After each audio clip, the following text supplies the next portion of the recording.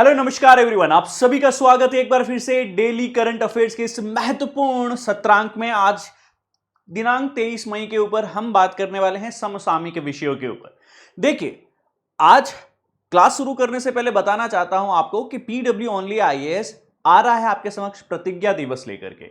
यह 1 जून को ऑनलाइन और possibly offline also at one of the PW only IAS centres आप लोगों के समक्ष अभ्यर्थी समुदाय के साथ में पीडब्ल्यू ऑब्जर्व करने वाला है यूपीएससी का बिगेस्ट एजुकेशनल फेस्टिवल। जी हां दोस्तों, आपके गंतव्य, मंतव्य और लक्ष्य की सिद्धि के लिए PW only IAS is always there to make sure कि आपकी विल पावर ऑगमेंट हो, आपकी निर्णय शक्ति और निश्चय शक्ति जो है वो और बेहतर हो अपने लक्ष्य को प्राप्त करने के लिए। बढ़ते हैं, आगे बढ़ते हैं इस एजुकेशन फेस्टिवल के अनाउंसमेंट के साथ में। आज हम क्या क्या टॉपिक पढ़ने वाले, देखिए आज प्रीलिम्स के पहले 2 दिन बचे हैं दोस्तों। सो 2 आर्टिकल्स मैं आपके समक्ष लेकर आया हूं, शॉर्ट एंड ब्रीफ में डिस्कस करेंगे गोल्डन डोम के बारे में। अमेरिकी राष्ट्रपति ट्रंप ने अंतरिक्ष आधारित मिसाइल रक्षा प्रणाली का अनाउंसमेंट किया है और ये कहा है कि बहुत ही जल्दी अमेरिका के पास में गोल्डन डोम सिक्योरिटी सिस्टम मिलने वाला है। WHO ने पैंडेमिक ट्रीटी जो है उसको कहीं न कहीं इंप्लीमेंट करने की कोशिश की है कि वैश्विक महामारियों से लड़ने के लिए एक समझौता होगा।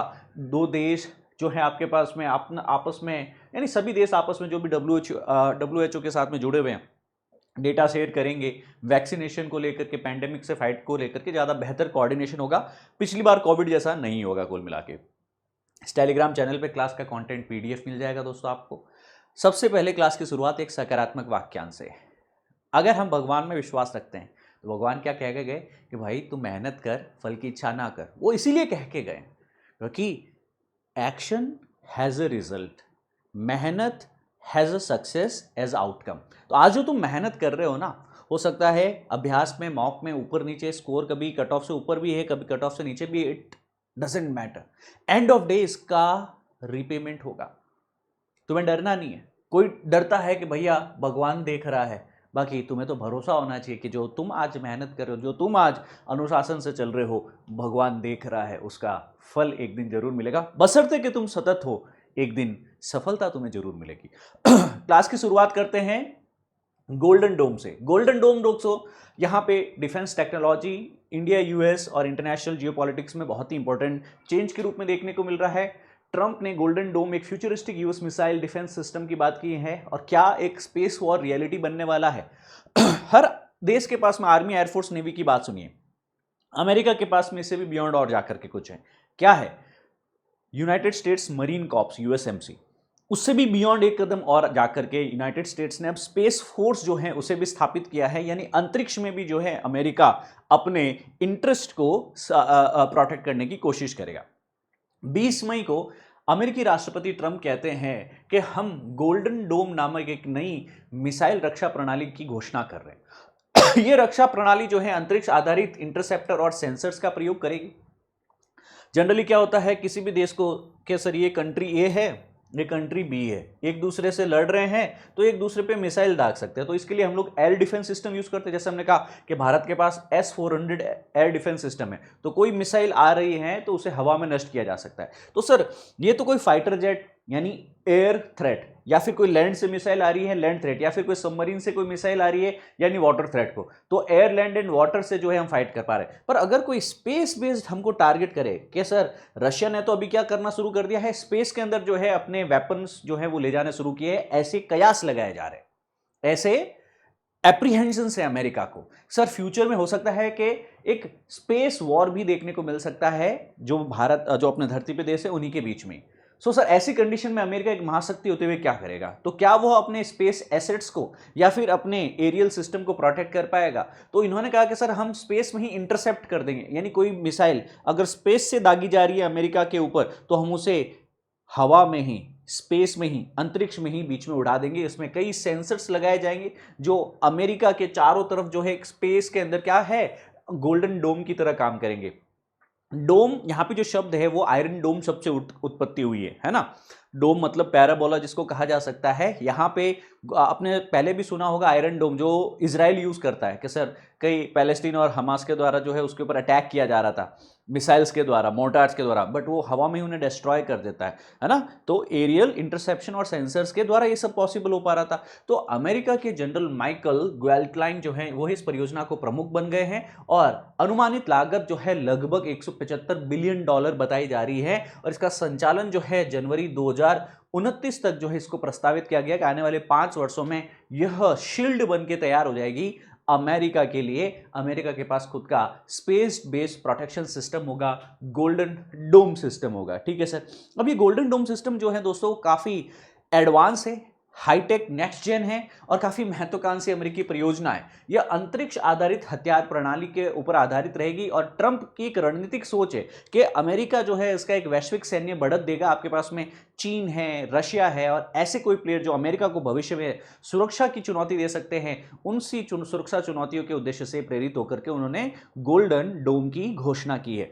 इस प्रणाली की तुलना जो है अक्सर इजराइल के आयरन डोम से की जा सकती है आपके पास में, है ना, क्योंकि आयरन डोम जो है आपके पास में वो सुरक्षा करता है पर वो एक रीजनल चीज है, वो आसपास की छोटी मोटी थ्रेट को रोक सकता है, पर ये तो पूरा विश्व से आने वाली या स्पेस से आने वाली किसी भी थ्रेट से जो है अमेरिका की प्रोटेक्शन करने वाला है। गोल्डन डोम मिसाइल सिस्टम है दोस्तों आपके पास में। डोनाल्ड ट्रंप का futuristic US military air defence system होगा जो डिटेक्ट और डिस्ट्रॉय करेगा किसी भी एरियल थ्रेट को, चाहे वो स्पेस से आ रही है, एयर से आ रही है या लैंड से आ रही है। सेंसर्स पहले सेंस करेंगे आपके पास में कोई भी चीज जो अमेरिका की तरफ बढ़ रही है, सेंसर्स उनको देखेंगे, डिटेक्टर्स इनकी दिशा को, इनकी वेग को पता करेंगे और उसको हवा में ही डिस्ट्रॉय किया जाएगा, अंतरिक्ष में ही। सो इसके लिए क्या करेंगे सर, हमें कई सारे इंटरसेप्टर लगाने होंगे, सेंसर्स लगाने होंगे, डिटेक्टर्स लगाने होंगे। सो जो ये अंतरिक्ष आधारित मिसाइल रक्षा प्रणाली सिस्टम है, इसमें कई मिनी सैटेलाइट्स जो है हमें यूज करने होंगे जो पृथ्वी के चारों तरफ अलग अलग ऑर्बिट में, कोई लो अर्थ ऑर्बिट, कोई मिडल अर्थ ऑर्बिट, कोई आपके पास में काफी दूर होंगे, 500 किलोमीटर, 1000 किलोमीटर, 2000 किलोमीटर दूर जो है अलग अलग दूरी पे हमें क्या लगाने होंगे, सेंसर्स, इंटरसेप्टर्स, डिटेक्टर्स लगाने होंगे, छोटे छोटे सैटेलाइट्स लगाने होंगे। इससे दुश्मन देश से आने वाली इंटरकॉन्टिनेंटल बैलिस्टिक मिसाइल्स जैसे ही लॉन्च होगी, जैसे ही सपोज रशिया से या चीन से या किसी भी अन्य देश से कोई बैलिस्टिक मिसाइल जो अमेरिका को टारगेट कर सकती है, कहीं से भी, जमीन से हो, पानी से हो, हवा से हो, कहीं से लॉन्च हुई, स्पेस से लॉन्च हुई, वो डिटेक्ट होगी और उसको वहीं हवा में ही इंटरसेप्ट किया जा सकता है दोस्तों। तो इसको कंपेयर किया जा रहा है इजराइल के आयरन डोम सिस्टम के साथ में, है ना। अमेरिका क्या बना रहा है खुद का, गोल्डन डोम। आयरन डोम तो छोटी मोटी दूरी है, आने वाली 10, 20, 50 किलोमीटर से दूर से आने वाली मिसाइल्स को, मोर्टार्स को हवा में उड़ा देता है। ये इंटरकॉन्टिनेंटल बैलिस्टिक मिसाइल है, हजारों किलोमीटर दूर से आने वाले थ्रेट को पहचान लेगी। ये लैंड बेस्ड है, जमीन से काम करता है आयरन डोम। गोल्डन डोम तो स्पेस से काम करने वाला है। यहां पे आयरन डोम में रडार और यहां पे इंटरसेप्टर है, टैमिर इंटरसेप्टर होते हैं। यहां तो ग्रह उपग्रह आपके पास में होंगे, जो उपग्रह है वो स्पेस इंटरसेप्टर्स के साथ में लगाए जाएंगे। यहाँ पे रॉकेट्स और ड्रोन के माध्यम से आयरन डोम ऑगमेंट होता है, लक्ष्य ऑगमेंट होता है कि सर ये ड्रोन और रॉकेट जो है उन्हें नस्ते नाबूद कर सकता है, जबकि गोल्डन डोम तो आईसीबीएम, हाइपरसोनिक मिसाइल्स को भी हवा में ही उड़ा पाएगा। सोचिए यहाँ पे जो इंटरसेप्टर्स हैं, जो ये अलग अलग डिटेक्टर्स हैं, ये सैटेलाइट्स हैं जो अमेरिका की अंतरिक्ष में सुरक्षा कर रहे हैं, ये सिग्नल दे देंगे आपके पास में डिफेंस मिसाइल यहाँ से ही लॉन्च हो जाएगी। तो जो कोई भी आपके पास में इनकमिंग टारगेट है, इनकमिंग मिसाइल है, उसको हवा में ही जो है डिस्ट्रॉय किया जा सकता है। Missile and the laser weapons are activated to counter incoming threats.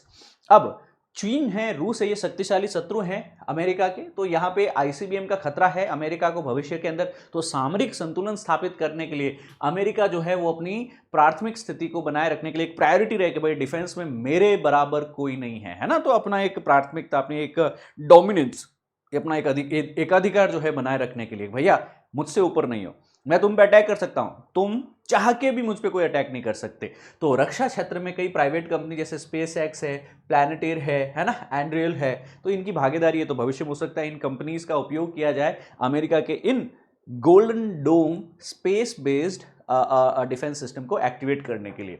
Israel का आयरन डोम सिस्टम पता होना चाहिए, है ना। कोई मिसाइल लॉन्च होती है उसको ये डिटेक्ट करता है, आपके पास में रडार कंट्रोल सिस्टम जो है इसको जानकारी देता है और यहाँ से काउंटर करने के लिए एक मिसाइल लॉन्च होती है। तो जो दुश्मनों ने जो मिसाइल लॉन्च की उसको हवा में आयरन डोम के द्वारा इंटरसेप्ट करके डिस्ट्रॉय कर दिया जाता है। अब तकनीक के ऊपर जो है आपके पास में अभी भी विचार किया जा रहा है, कॉस्टिंग काफी ज्यादा है, समय सीमा 5 साल की है।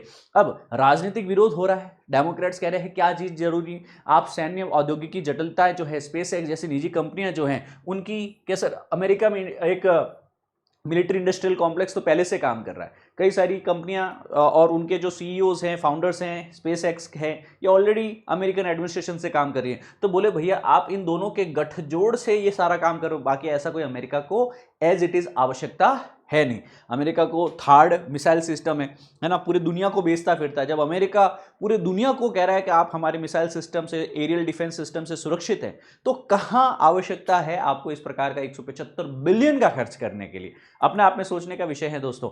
आईसीबीएम के बारे में, दूर जो है आपके पास में लंबी दूरी मिसाइलें हैं जो अंतरिक्ष में जाकर के जो है पैराबोला बना करके, ये पृथ्वी है, पृथ्वी का जैसे ये वायुमंडल है आपके पास में, मिसाइल छोड़ी, ये पैराबोला बना के अंतरिक्ष में गई और पैराबोला बना करके वापस जो है दुश्मन देश पे गिरने वाली है। तो आपके पास में इंटरकॉन्टिनेंटल बैलिस्टिक मिसाइल्स जो है यह स्पेस में एंटर करती है, और अगर यहाँ पे हमारे पास में स्पेस में low earth orbit, middle earth orbit में किसी भी प्रकार के डिटेक्टर्स लगे हैं तो पहचान पाएंगे, डिटेक्ट कर पाएंगे, उसे डिस्ट्रॉय किया जा सकता है। ऑर्बिटल वेपनरी, यहाँ पे पृथ्वी की कक्षा में भी आप हथियारों को स्थापित कर सकते हैं, लेजर वेपन हो सकते हैं, है ना, काउंटर मिसाइल सिस्टम हो सकता है। तो स्टार वॉर्स, अगर आपने मूवी देखी है, स्टार वॉर्स प्रोग्राम 1980s में जो है रोनाल्ड रेगन के द्वारा अमेरिका में स्टार्ट किया गया था आपके पास में, तो अंतरिक्ष रक्षा प्रणाली विकसित करनी थी, पर बीच में जैसे ही 1990s के आसपास में सोवियत रशिया का विघटन होता है तो उसको अपनी थ्रेट न्यूट्रलाइज होती हुई दिख गई, तो अमेरिका भी रिलैक्स हो गया। अब चाइना और रशिया के उदय वापस एक तरीके से ये राइज कर रही है दोनों कंट्रीज,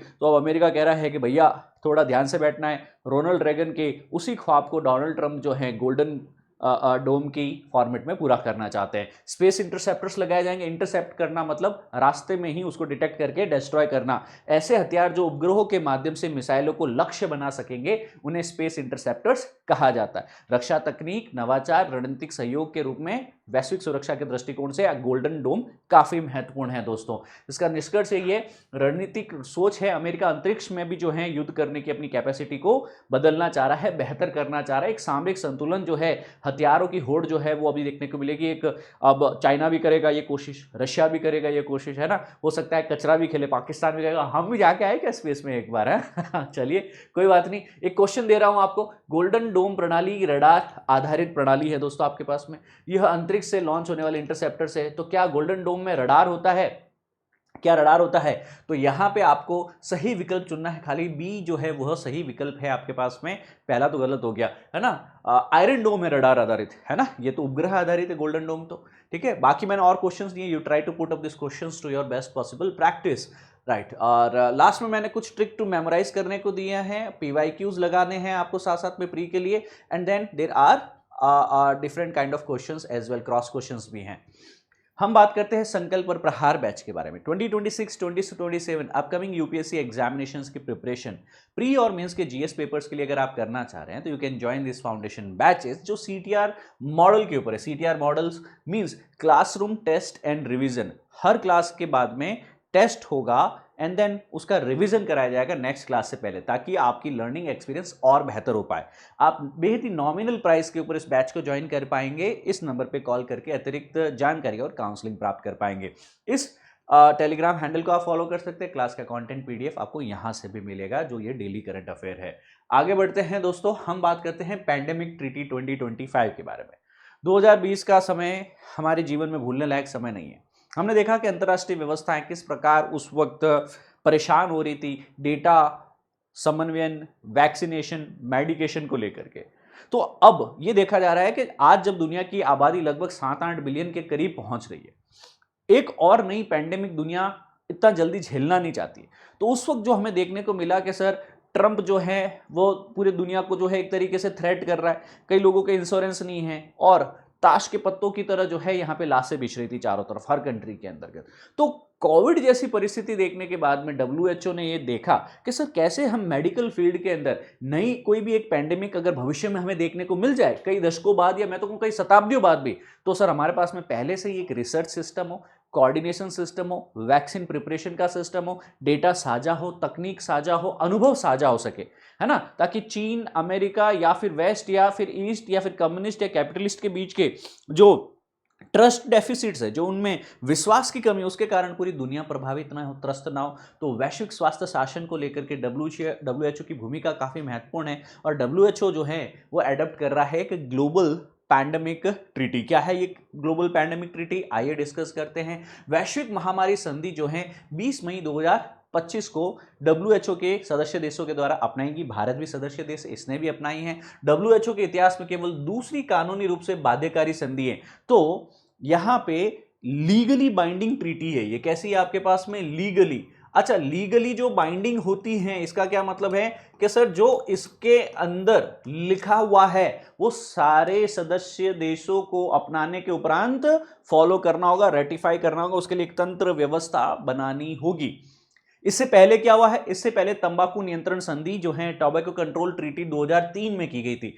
तो क्या डब्ल्यूएचओ यूनाइटेड नेशन की एक संस्थान के तौर पे कोई लीगली बाइंडिंग ट्रीटी बना सकता है? जी हां।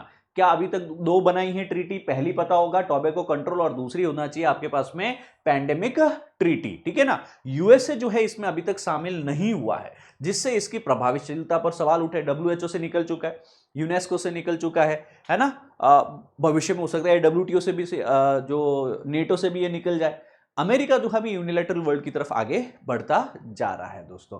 यहां पे महामारी के दौरान जो है वैश्विक असमानता है, कई देशों के पास साधन ज्यादा है, कई लोगों के पास में नहीं है। तो एक गैर समन्वित प्रवास किया जाए, जो समन्वय नहीं है, कोऑर्डिनेशन नहीं है, तो फिर उस वक्त कैसे होगा? तो जनहानि ज्यादा होगी, सोशियो इकोनॉमिक डैमेज ज्यादा पहुंचेगा लोगों को और देशों को। तो इसलिए डब्ल्यूएचओ ने कहा कि कानूनी रूप से एक बाध्यकारी संधि बनाएंगे तो जितने भी सदस्य देश है वो एकजुट हो जाएंगे। अमेरिका चलो अलग हो गया, वो डेटा नहीं देना चाह रहा, वो अपनी टेक्नोलॉजी नहीं देना चाह रहा, इसलिए वो अलग हो गया, क्योंकि वो रिसर्च बेस्ड इकोनॉमी है, उसका तो पैसा ही रिसर्च और मेडिसिन और ये सब करके ही आ रहा है आपके पास में दुनिया का। अमेरिका कोई ज्यादा प्रोडक्शन में थोड़ी, it is all about the research based economy, है ना। इंटेलेक्चुअल प्रॉपर्टी, पेटेंट, इनकी बात करता है भाई वो तो। और इनको सीधा कह दो कि तुम्हारी रिसर्च हमसे साझा करो, अगर यहां पैंडेमिक ट्रीटी होगी तो वो कैसे करोड़ों बिलियंस डॉलर्स कमाएंगे, ट्रिलियंस ऑफ डॉलर कमाएंगे? बोले बात तो सही है सर, एग्जैक्टली। तो भविष्य में महामारी से बेहतर ढंग से निपटा जा सकता है अगर सारे सदस्य देश साथ में आए। अभी आ चुके लीगली बाइंडिंग ट्रीटी में अमेरिका साथ में नहीं है, थोड़े संसाधन कम होंगे, पर सपोज 125 देशों में से 10 देश साथ में नहीं आए, बाकी के 115 देश तो साथ में हैं। तो अब ये 115 देश मिलकर के अपना मेडिकल, अपना रिसर्च, अपना जो भी टेक्नोलॉजी है, एक्सपीरियंस है, वो साझा करेंगे।